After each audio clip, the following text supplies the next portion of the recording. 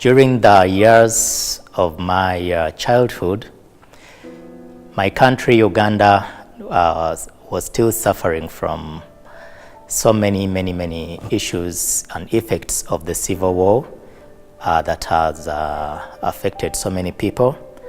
And therefore, I believe that in some way it also shaped the way in which the church developed, as well as the communities where we grew up. Hello, my name is Simonjudeaprile2017IILQ, and I am a Catholic priest of the Archdiocese of Kampala in Uganda.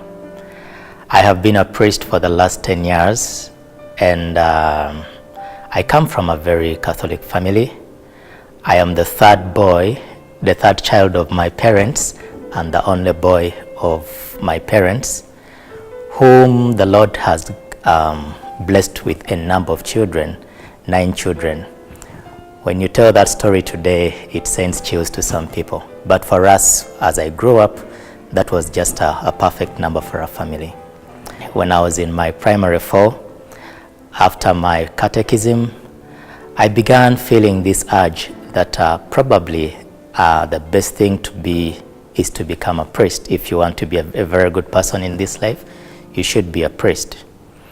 But I was scared to tell my parents because, as you might know, in Africa, the value of family and continuity of a family line is very important. And here I was as their only son. So I was very hesitant. I shared this story with one of my uncles and asked him to speak to Dad about what I was thinking. And he did that for me, and he told me, Dad believes you are very young to understand what you are asking for. Then one time at home, as a group of priests visited, I approached one and told him definitely that I want to be a priest like you. And that's what actually happened. A priest, to work with young people today, must be able to counsel them. It's a very important skill to have, counseling the young people. And secondly, many of them having suffered the effects of civil wars, they all come down to the city and as in search of a better life. Life is centered in the city of Kampala, and that's where I first had my experience with them. They come for education opportunities, employment opportunities, and things like that. But now and again they mess up when they are depressed. They find themselves involved in drugs and those kind of problems and challenges.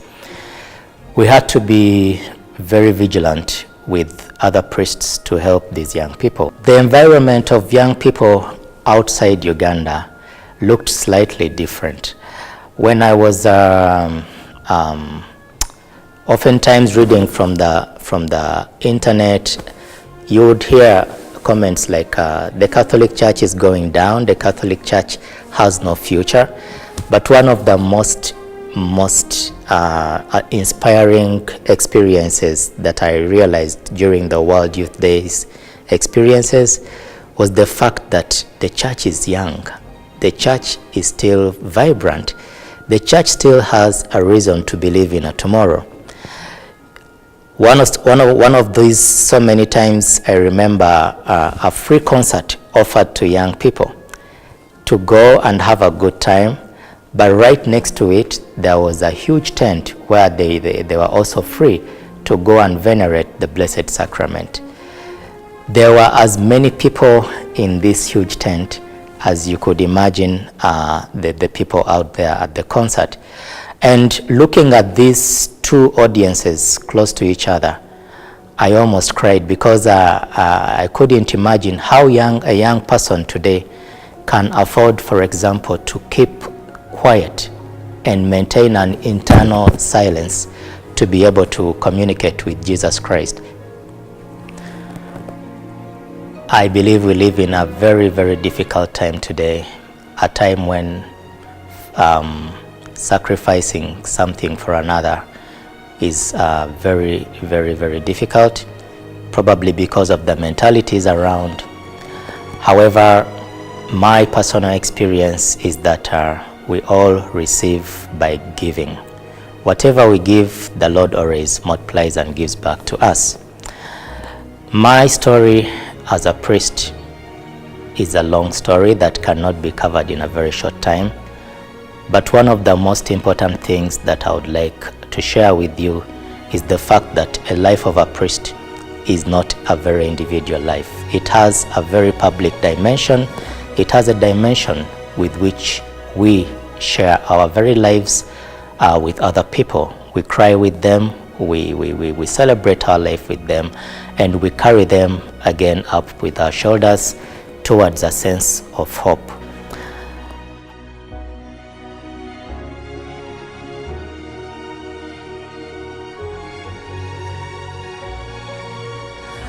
I'm very delighted to have learned that from a very beautiful family out there in Chile, I have got this opportunity to continue with my studies here at the University of Santa Croce.